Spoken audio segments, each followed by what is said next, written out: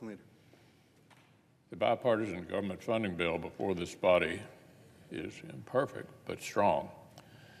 It will make huge new investments in our armed forces while cutting non-defense, non-veterans baseline spending in real dollars.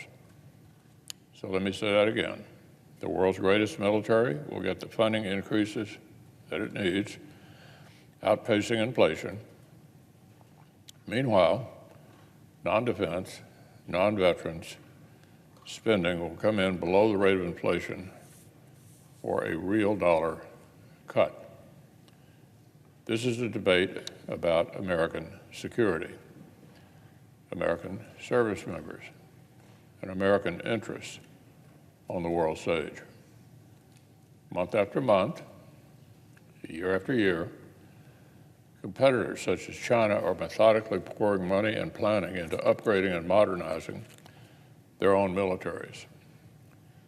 They are constantly probing new ways to expand their military, intelligence, economic, and political reach, indirectly or directly threatening American forces and our allies and partners' forces. So under these perilous circumstances, cutting defense spending in real dollars, as Democrats first wanted to do, is simply not an option. And embarking on a potentially endless cycle of continuing resolutions that give our military real dollar funding cuts because of inflation and give Defense Department leaders no certainty whatsoever, to either plan or to invest, that's simply not an option that we can adopt. There's no question the bipartisan funding bill is certainly imperfect. If Senate Republicans controlled this chamber, we would have handled the appropriations process entirely differently from top to bottom. But given the reality of where we stand today, senators have two options this week, just two. We will either give our armed forces the resources and the certainty that they need, or we will deny it to them. Finally, on a related matter, today, members of Congress will have the opportunity to assemble in a joint meeting and hear from President Zelensky of Ukraine. I look forward to welcoming President Zelensky to the Capitol and to hearing from the Ukrainian people's elected leader at a critical moment in their struggle for their safety and their sovereignty against Russia's unhinged aggression. The people of Ukraine have reminded the entire free world about the meaning of sovereignty and the price of freedom. They fought back against the invaders with inspiring bravery. And let's be clear, the reason that a big bipartisan majority of the American people and a big bipartisan majorities in Congress support continuing to assist Ukraine is not primarily about inspiring speeches or desire to engage in philanthropy. The Ukrainian people are courageous and innocent, and they deserve our help. President Zelensky is an inspiring leader, but the most basic reasons for continuing to help Ukraine degrade and defeat the Russian invaders are cold, hard, practical American interests. Helping equip our friends in Eastern Europe to win this war is also a direct investment in reducing Putin's future capabilities to menace American, threaten our allies, and contest our core interests. Defeating the Russians will help prevent further security crises in Europe. It will prevent even further economic chaos that would roil key American trading partners and hurt American workers and families directly. It will massively wear down the arsenal that is available to Putin for future efforts to use bullying and bloodshed to redraw still other borders down the road. And it will send a stark warning to other would-be aggressors, like the People's Republic of China. By assisting Ukraine today, America is directly demonstrating our commitment to the basic principles of territorial integrity and national sovereignty, changing the calculus for others considering military aggression, and lowering the odds of a far costlier and far more deadly future conflicts in the process. So I'll say it one more time. Continuing our support for Ukraine is morally right, but it's not only that, it's also a direct investment in cold, hard American interest. That's why Republicans rejected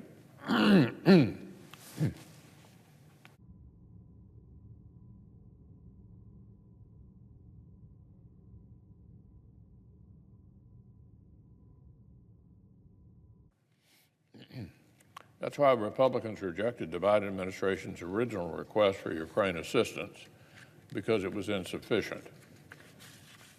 The administration's initial plan assumed there would be a lull in fighting over the winter, and so the disbursement rates of weapons would actually decrease. But hoping for the best cannot mean that we fail to prepare for the worst. Rather than slowing assistance, we should be speeding up international deliveries to Ukraine to help them take back more territory and better prepare for wherever they next go on their offensive. So Republicans pushed hard here in the Senate to increase the amount of security assistance in this bill. I'm glad our Democratic colleagues came around. The agreement on the table increases weapons purchases to support Ukraine beyond the President's request. This assistance is in our national security interest, but it is also in America's economic interest. These investments will help expand our defense manufacturing capacity and contribute to an industry that supports high-paying American jobs. The money is tied to strong oversight requirements to ensure that America's investments reach only the intended targets.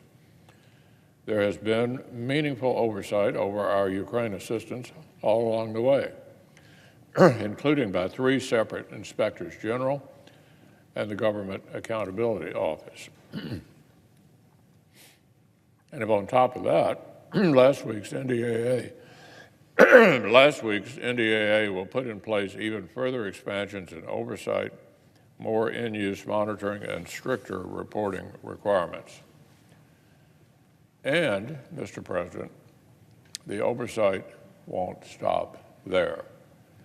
Just as Senate ranking members have worked hard to maximize the impact of our assistance, the incoming House Republican majority will be able to use their gavels to keep an even closer eye on Ukraine aid and make sure the Biden administration is doing everything possible to rebuild our defense industrial base.